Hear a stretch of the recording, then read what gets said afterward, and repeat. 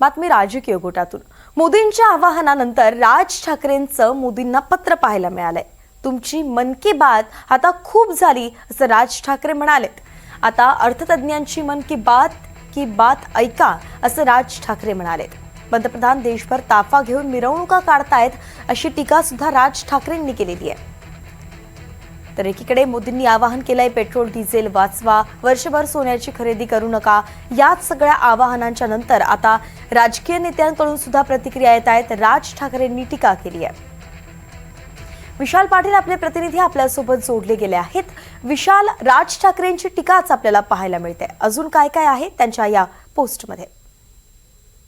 अध्यक्ष राज ठाकरे यांनी पत्राच्या माध्यमातून पंतप्रधान नरेंद्र मोदी यांनी जे आवाहन केलं होतं त्या आव्हानाला एक प्रकारे प्रत्युत्तर आणि काही प्रश्न हे उपस्थित केलेले आहेत। सगळ्यात म्हणजे त्यांनी स्पष्टपणे असं म्हटलेलं आहे की तुमची मन की बात आता खूप झाली, आता तुम्ही अर्थतज्ञांची मन की बात जी ऐकली पाहिजेत अशा पद्धतीचा एक खोचक सल्ला जो आहे हा मनसेअध्यक्ष राज ठाकरेंनी पंतप्रधान नरेंद्र मोदी यांना दिलेला आहे।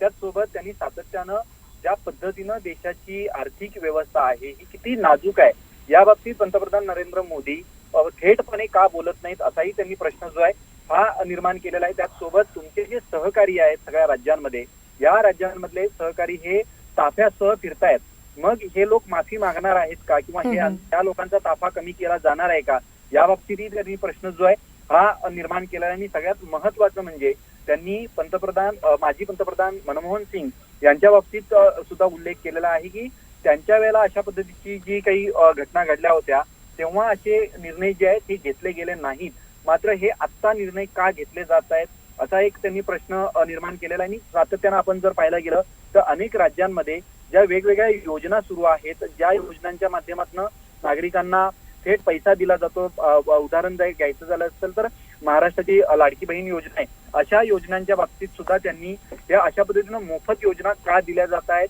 ज्या संस्कृतीला किंवा ज्या या योजनांना तुम्ही विरोध करत होतात त्या योजना तुम्ही सत्तेत आल्यानंतर का लागू केलात अशा पद्धतीचा प्रश्न जो आहे हा त्यांनी निर्माण केलेला आहे। आणि सगळ्यात महत्वाचं म्हणजे परदेश दौऱ्यांच्या बाबतीत सुद्धा त्यांनी एक विधान केलेलं आहे की या ठिकाणची शिक्षण व्यवस्था ज्या पद्धतीनं हलाखीची झालेली आहे त्यामुळे मोठ्या प्रमाणात गेल्या 10 वर्षात भारतीय विद्यार्थी हे परदेशात शिकण्यासाठी म्हणून गेले।